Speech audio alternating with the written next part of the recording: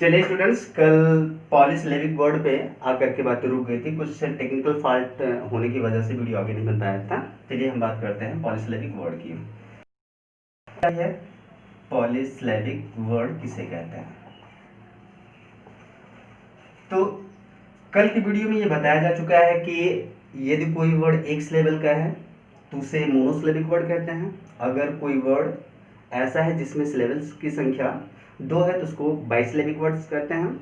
और कुछ अगर ऐसे वर्ड्स हैं जिसमें सिलेबल्स की संख्या 3 है तो उसे ट्राइसिलेबिक वर्ड्स कहा जाता है।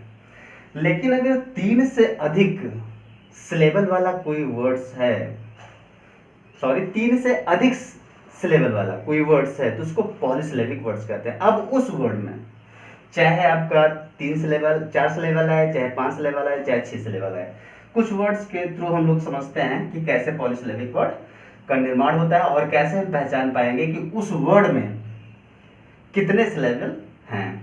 देखते हैं। जैसे वर्ड है एक्नॉलेजमेंट।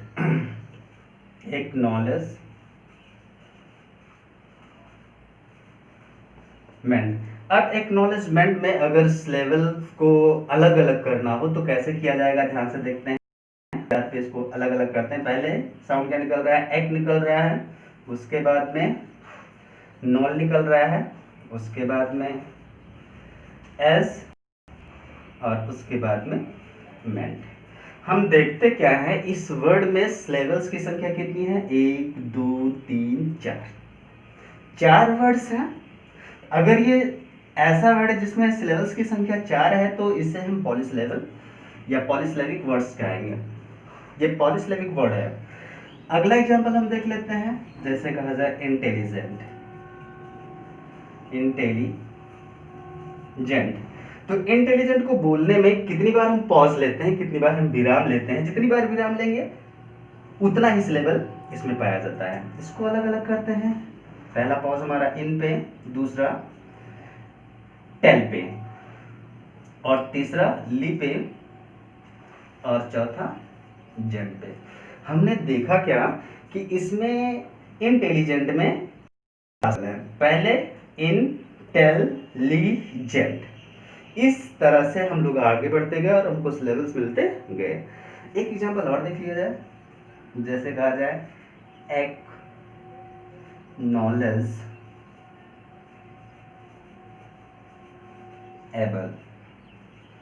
इसको अगर हम सिलेबल में तोड़ते हैं तो सबसे पहले हमें क्या लिखना पड़ेगा? एक, उसके बाद में नॉल, उसके बाद में एस, उसके बाद में ए, उसके बाद में बेल। देखते हैं कि एक्नॉलेजेबल में कितने सिलेबल्स हैं। तो पहले एक है, नॉल है, एस, ए, बेल। 1 2 3 4 5। इसमें 5 सिलेबल्स हैं। तो ये अगर पूछा जाए कि एक्नॉलेजेबल में कितने सिलेबल्स हैं और इसको क्या कहा जाएगा, तो इसमें सिलेबल्स की संख्या 5 है और इसको पॉलीसिलेबल या पॉलीसिलेबिक वर्ड्स कहा जाएगा। तो हमने 3 एग्जांपल देखा और तीनों एग्जांपल के थ्रू हमको ये पता लग गया कि ये पॉलीसिलेबिक वर्ड्स हैं। एक बार ध्यान से देखिएगा, जहाँ पे थोड़ा सा भी कंफ्यूजन होगा कमेंट करके आप लोग बताइएगा, उसको क्लियर करने का प्रयास किया जाएगा नेक्स्ट वीडियो में।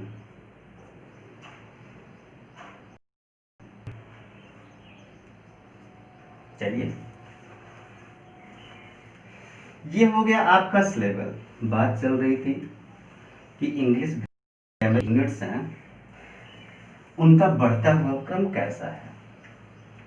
तो बात क्या चल रही थी कि इंग्लिश ग्रामर की जो सबसे छोटी यूनिट है वो लेटर है, उससे बड़ी यूनिट सिलेबल, इसे भी बात चल रही थी। और अगर सिलेबल से बड़ी यूनिट के बारे में बात किया जाए तो ये हमारा वर्ड होता है। वर्ड पे चर्चा कर लिया जाए। वर्ड किसे कहते हैं? जनरली ये कहा जाता है ग्रुप ऑफ लेटर्स। अक्षरों को हम क्या कहते हैं? वर्ड कहते हैं। लेकिन ये पूरी तरह से सही नहीं है। हमने लिख दिया NRU। क्या NRU कोई वर्ड है? ये ग्रुप ऑफ लेटर्स है, लेकिन इसको हम वर्ड नहीं कह सकते। इसी तरह से अगर हम बात करें CHRIA, तो ये हमारा वर्ड है। तो फाइनली हम कह सकते हैं कि हमारा वर्ड नहीं है। इसके पीछे लॉजिक क्या है ये समझने की जरूरत है क्योंकि एन आर यू लिख तो देते हैं हम, लेकिन इसका कोई शाब्दिक अर्थ नहीं निकल रहा है। लेकिन इसको अगर करेक्ट ऑर्डर में लिख दें तो हमें मिलता क्या, आर यू एन।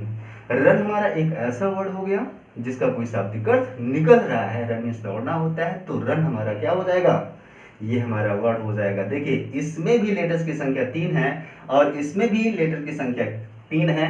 वही लेटर्स यहाँ पे भी लिखे गए हैं और वही लेटर्स यहाँ पे लिखे गए हैं। अंतर क्या है दोनों में, ये ऐसा ग्रुप ऑफ लेटर्स है जिसका कोई मीनिंग नहीं निकल रहा है, जबकि ये एक ऐसा हो ग्रुप ऑफ लेटर्स में मीनिंग निकल रहा है। इसी तरह से अगर हम इस लेटर्स को इस तरह से लिख दें CHAIR, इसमें भी उतने ही लेटर्स हैं जितने लेटर्स इसमें हैं। इसको हम वर्ड नहीं कह सकते हैं, जस्ट बिकॉज ऑफ दैट कि इसमें जो लेटर्स का क्रम है इस क्रम में है कि इसका कोई भावपूर्ण अर्थ निकल रहा है। That's why we can call it a word. इसको हम क्या कह सकते हैं, एक वर्ड कह सकते हैं। कहने का मतलब वर्ड वह ग्रुप ऑफ लेटर्स होता है जो मीनिंगफुल सेंस देता है। The group of letters that gives meaningful sense is called word. अक्षरों का ऐसा समूह जो मीनिंगफुल सेंस देता है उसे ही हम वर्ड कहेंगे। आगे बढ़ते हैं कि लेटर तो सबसे छोटी यूनिट हो गई, सिलेबल उससे बड़ी यूनिट हो गई और वर्ड जो है हमारा उससे बड़ी यूनिट हो गई। अब इसके बाद में पूछा जाए कि वर्ड से बड़ी यूनिट क्या होती है, लोग बता देते हैं सेंटेंस। नेवर एवर, कभी भी नहीं, ऐसा नहीं है। वर्ड से बड़ी यूनिट क्या होती है, फ्रेज होती है। अब हमको फ्रेज जानने की आवश्यकता है कि what is a phrase. Phrase क्या है वास्तव में, फ्रेज क्या है, इसको जानने तो इसके डिफिनेशन में पहले जाना पड़ेगा। फ्रेज के बारे में ग्रामेरियंस ने ये कहा है कि ग्रुप ऑफ वर्ड्स। सबसे पहले हम फ्रेज यहां पे लिख दें, group of words that gives meaningful sense but not complete sense. ध्यान दीजिएगा, ऐसा शब्दों का समूह जो अर्थ देता है लेकिन पूरा अर्थ नहीं देता है उसको हम फ्रेज कहते हैं। जैसे हमने कहा इन द वेस, गमले में, इसका अर्थ निकल रहा है लेकिन केवल गमले में कह देने से क्या पूरा भाव निकल रहा है। इसको हम कहीं पे कह सकते हैं अपने आप को एक्सप्रेस करने के लिए, केवल हम इन द वेस कह सकते हैं। तो ऐसा अगर सोचा जाए तो ऐसा नहीं संभव है। आगे हमने कह दिया, जैसे कह दिया ऑन द मून, हमने कह दिया ऑन द मून, चंद्रमा पर। ये ऐसा ग्रुप ऑफ वर्ड्स है जिसकी मीनिंग आ रही है, भावपूर्ण अर्थ दे रहा है, लेकिन इसका कोई कंप्लीट सेंस नहीं आ रहा है। ध्यान दीजिएगा, पहला क्राइटेरियन क्या है कि जो फ्रेज ग्रुप ऑफ वर्ड्स होता है। दूसरा क्राइटेरियन क्या होता है, ये मीनिंगफुल सेंस देने वाला होता है लेकिन कंप्लीट सेंस नहीं देता है, वो हमारा फ्रेज होता है। जैसे कहा जाए टू रीड अ नॉवेल, एक नॉवेल पढ़ना। 1 2 3 4 चार वर्ड्स हैं, इनका भावपूर्ण अर्थ आ रहा है लेकिन कंप्लीट अर्थ न आने की वजह से ये हमारा क्या होगा, फ्रेज होगा। अगला एग्जाम्पल हम देख लेते हैं। जैसे कहा जाए विद अ बास्केट, बास्केट के साथ यहाँ पे 1 2 3 वर्ड्स हैं और तीनों को कोई न कोई अर्थ आ रहा है।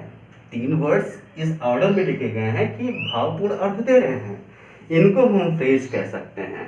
फ्रेज इसलिए कहा जा रहा है कि इनका भावपूर्ण अर्थ आ रहा है, ग्रुप ऑफ वर्ड्स हैं लेकिन कंप्लीट अर्थ नहीं आ रहा है। इस वजह से हम कह सकते हैं कि ये हमारा फ्रेज है। लेकिन इससे बढ़ के हमें एक चीज और समझने की आवश्यकता होती है, all the phrases lack in subject and finite verb. जितने भी फ्रेज होते हैं उनमें सब्जेक्ट और फाइनाइट वर्ब का अभाव पाया जाता है। स्टूडेंट्स देखिएगा, ये जितने भी एक्सप्रेशंस लिखे गए हैं इसमें ना तो कहीं आपको सब्जेक्ट मिल रहा है ना तो कोई फाइनाइट वर्ब मिल रहा है। That's why we have to say these expressions phrases.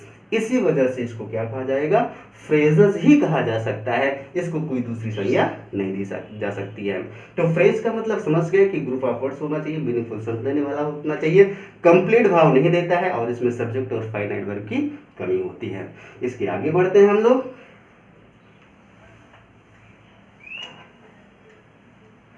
वास्तव में फ्रेज को जनरली 3 भागों में बांट दिया जाता है। हम लोग 3 भाग में बांट देते हैं, ऐसा नहीं केवल 3 ही भाग होते हैं, इसके और कई भाग होते हैं। जब PQRS पढ़ाना होगा, जब PQRS सॉल्व कराना होगा, उसके पहले फ्रेज को विस्तार पूर्वक पढ़ाना पड़ेगा। लेकिन अभी हम केवल यूनिट की बात कर रहे हैं। तो यूनिट के बारे में जब हम बात कर रहे हैं तो देखना है कि फ्रेज के जनरली हम कितने प्रकार में बांट देते हैं। तो सबसे पहले हम बात कर रहे हैं कि नाउन फ्रेज, ये भी फ्रेज के अंतर्गत आता है। नाउन फ्रेज, फ्रेज का एक पार्ट। दूसरा हम बात करें तो एडजेक्टिव फ्रेज, ये भी हमारा फ्रेज का एक पार्ट है। इसी तरह से अगर हम बात करें एडवर्ब फ्रेज, ये भी हमारा फ्रेज का एक है। नाउन फ्रेज, एडजेक्टिव फ्रेज और एडवर्ब फ्रेज, ये सारे के सारे फ्रेज हैं। अब एक एक फ्रेज को थोड़ा थोड़ा एक एक एग्जाम्पल के माध्यम से समझ लेते हैं, विस्तारित ढंग से बाद में समझाया जाएगा। सबसे पहले हम देख लेते हैं कि what is a noun phrase. Noun phrase क्या है, चलिए देखा जाता है कि नाउन फ्रेज क्या है। नाउन फ्रेज को समझने से पहले आपको यह समझना होगा कि नाउन फ्रेज उस जगह यूज किया जाता है जहां पर नाउन आता है। हम लोग जानते हैं कि नाउन का प्लेस सेंटेंस में कहां कहां पे होता है। जैसे सब्जेक्ट के स्थान पे होता है, कॉम्प्लीमेंट के स्थान पे होता है, कॉम्प्लीमेंट के स्थान के अलावा ऑब्जेक्ट के स्थान पे होता है। इस तरह से हम देखते हैं कि नाउन का प्रयोग कई जगह पर किया जाता है। In the same way noun phrase का प्रयोग भी उतनी जगह किया जाता है। जहां जहां पे हम नाउन का प्रयोग कर सकते हैं वहां पर हमें नाउन फ्रेज लगाना हो तो हम लगा सकते हैं। एक एग्जांपल देखा जाए और पहचाने कि सेंटेंस में नाउन फ्रेज का प्रयोग कहां पे किया गया है। जैसे कहा जाए he likes to read novels, उसको नॉवेल पढ़ना पसंद है, उसको उपन्यास पढ़ना पसंद है। हम देखते क्या हैं, ये हमारा सब्जेक्ट हो गया, ये हमारा वर्ब हो गया और ऑब्जेक्ट के स्थान पे हमको क्या मिल रहा है, एक इन्फिनिटिव और एक इन्फिनिटिव मिल रहा है और इस इन्फिनिटिव का एक ऑब्जेक्ट मिल रहा है। तो जो ऑब्जेक्ट के स्थान पे आ रहा है टू रीड नॉवेल्स, ये नॉवेल्स इसका ऑब्जेक्ट है, इस इन्फिनिटिव का ऑब्जेक्ट है। लेकिन यहां से लेकर के यहां तक का जो पार्ट है ये लाइक्स का ऑब्जेक्ट है। और जो वर्ब का ऑब्जेक्ट हो सकता है, या तो नाउन हो सकता है या तो प्रोनाउन हो सकता है, कुछ दूसरा हो नहीं सकता। नाउन के स्थान पे यदि कुछ फ्रेज आ जाए जो नाउन का काम करें तो उसको हमें नाउन फ्रेज की संज्ञा देनी पड़ेगी। आगे देखते हैं, जैसे he denies stealing money,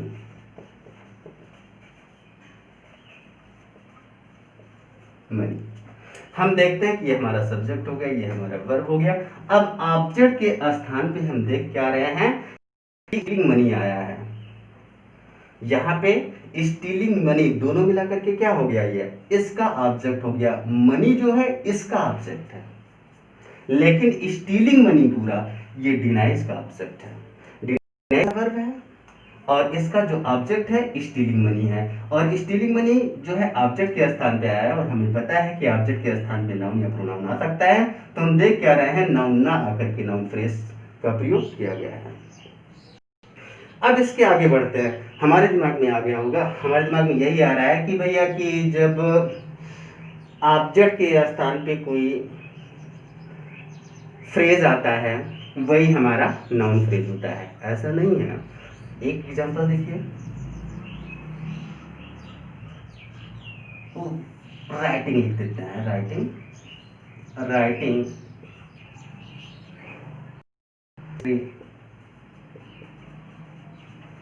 is not an easy task. यहाँ पे हम देख रहे हैं कि यह सब्जेक्ट है, ये हमारा टू बी वर्ब है, ये हमारा एडवर्ब है और ये हमारा कंप्लीमेंट है। हम देख क्या रहे हैं कि सब्जेक्ट के स्थान पे कोई नाउन ना आकर के क्या आया है, नाउन फ्रेज आया है। ये ग्रुप ऑफ वर्ड्स हैं, कुछ ग्रुप ऑफ वर्ड्स आए हैं जो नाउन का काम कर रहे हैं। That's why we can say that these words function as a noun phrase. ये जो शब्दों का समूह है नाउन के स्थान पे आया है, इसलिए इसको हम क्या कह सकते हैं, नाउन फ्रेज है।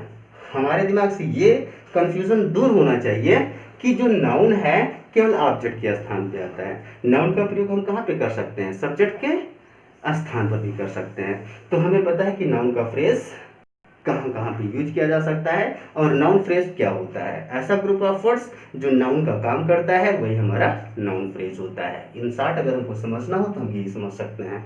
और जहाँ जहाँ पे नाउन का प्रयोग किया जा सकता है वहाँ वहाँ पे हम नाउन फ्रेज का कार्य करने के लिए नाउन फ्रेज को रख सकते हैं। आगे देखते हैं नाउन फ्रेज के बाद में चर्चा की गई थी एडजेक्टिव फ्रेज की, कि एडजेक्टिव फ्रेज क्या होता है।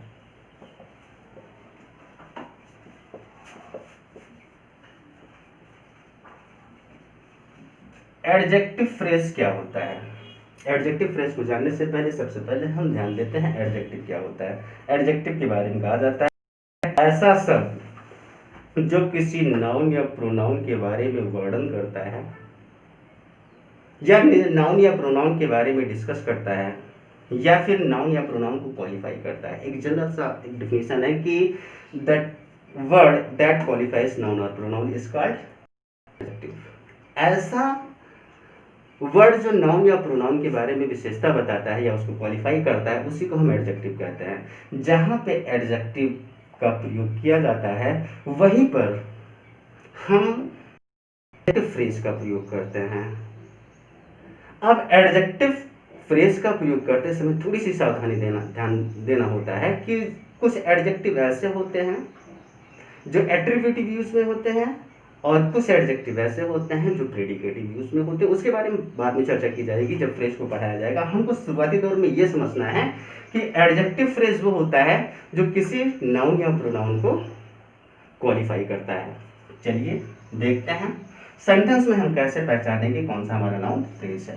पीक्यूआरएस में इसका जो इम्पोर्टेंस इतना ज़्यादा वास्ट है कि इसको समझ लेने के बाद में पीक्यूआरएस फ्रेज और क्लॉजेस को समझ लेने के बाद में जो पीक्यूआरएस जैसे क्वेश्चंस रहते हैं उनको सॉल्व करना बहुत ही आसान हो जाता है और इसको आगे की वीडियो में बताया जाएगा।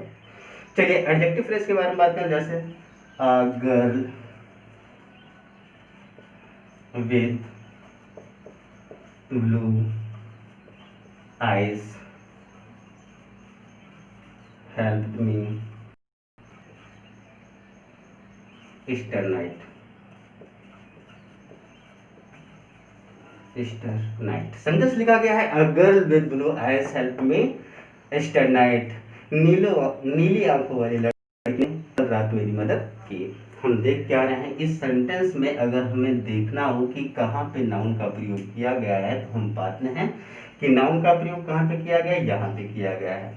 अब इसको क्वालिफाई करने वाले कौन से वर्ड्स हैं इनको देखना है कि विद ब्लू आइज। जैसे ब्लू आइज किसकी है, गर्ल की है, तो ये जो ब्लू आइज है ये किसके बारे में बात कर रहा है, इस नाउन के बारे में बात कर रहा है। तो डेफिनेटली ये अगर एक वर्ड होता तो एडजेक्टिव होता, लेकिन एक से अधिक वर्ड है इसलिए इसको हम नाउन को क्वालिफाई करने वाला एडजेक्टिव फ्रेज कहेंगे। अगर एक वर्ड से इस नाउन की विशेषता बताई जा सकती होती तो इसको हम एडजेक्टिव कहते हैं, लेकिन एक से अधिक वर्ड्स मिलकर के एक नाउन की विशेषता बता रहे हैं इसलिए इसको हम क्या कहेंगे, एडजेक्टिव फ्रेज कहेंगे। दूसरा सेंटेंस देख लेते हैं। ही और अ टर्बन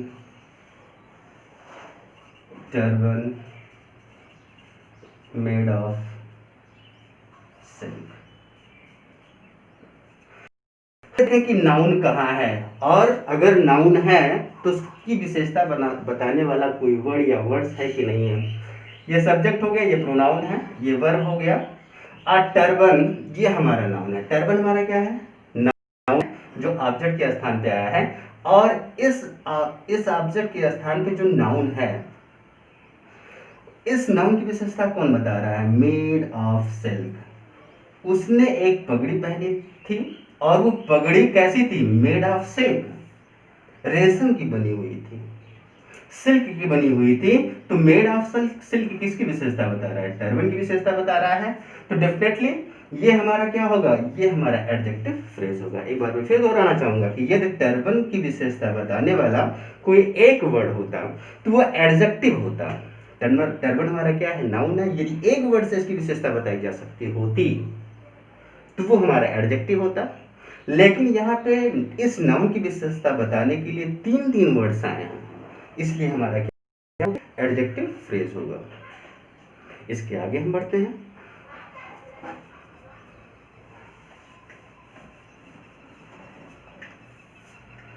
अगला हमारा है एडवर्ब फ्रेज।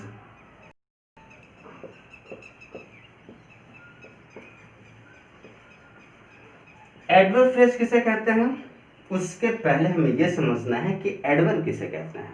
एडवर्ब के बारे में बताया जाता है कि एडवर्ब जनरली एडजेक्टिव को क्वालिफाई करता है या एडजेक्टिव को मॉडिफाई करता है या फिर किसी दूसरे एडजेक्टिव, वर्ब या किसी दूसरे एडवर्ब को मॉडिफाई करता है।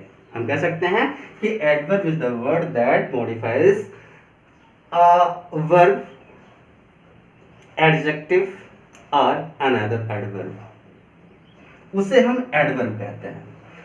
एडवर्ब हमारा एक वर्ड का होता है, लेकिन यदि कोई ऐसा ग्रुप ऑफ वर्ड्स है जो किसी वर्ब की विशेषता बताता है लेकिन वो वर्ड एक ना होकर के एक से अधिक वर्ड्स हो, तो उसे हम एडवर्ब फ्रेज कहते हैं।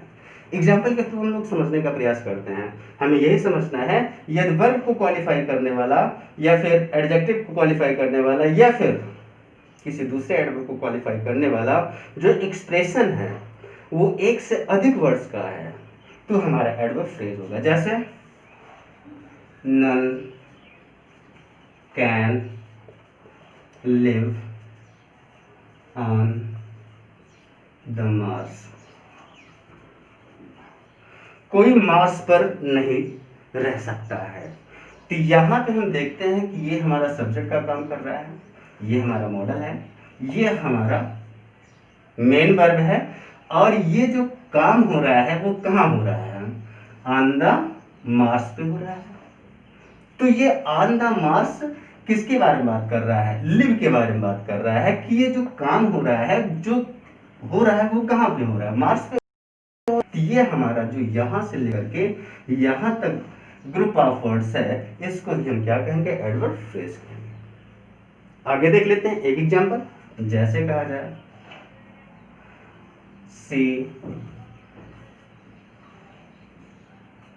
she talks to me in rude manner। हम क्या है? she talks to me in rude manner। हमने यहाँ पे देखा कि लिव के तुरंत बाद में एडवर्ब फ्रेज मिल गया था, लेकिन ऐसा नहीं है। अगर टास्क के बाद में यहाँ पे वर्ब है टास्क, इसके बाद में कोई ऑब्जेक्ट आ रहा है और ऑब्जेक्ट इन्फिनिटिव आ रहा है या इन्फिनिटिव ना हो कोई दूसरा भी ऑब्जेक्ट आ रहा है और उसके बाद में जो एक्सप्रेशंस आ रहा है वो किसी वर्ब को मॉडिफाई कर रहा है, तो वो भी हमारा क्या होगा? एडवर्ब फ्रेज होगा। अगर यहाँ पे इन रूड मैनर के स्थान पे उपयोग कर दिया जाता तो रूडली हमारा क्या हो जाता? एडवर्ब होता। लेकिन रूडली को कैसे यहाँ पे लिखा गया है? इन रूड मैनर। तो इसे हम क्या कहेंगे? एडवर्ब फ्रेज कहेंगे। एक बार सही निगाह से देख लीजिए, कहीं पे अगर आपको ऐसा नहीं लगना चाहिए कि चीजें केवल बता दी जा रही हैं, उसके पीछे कोई लॉजिक नहीं है। आज की वीडियो में बस इतना ही। नेक्स्ट वीडियो में हम लोग बात करते हैं क्लॉज की।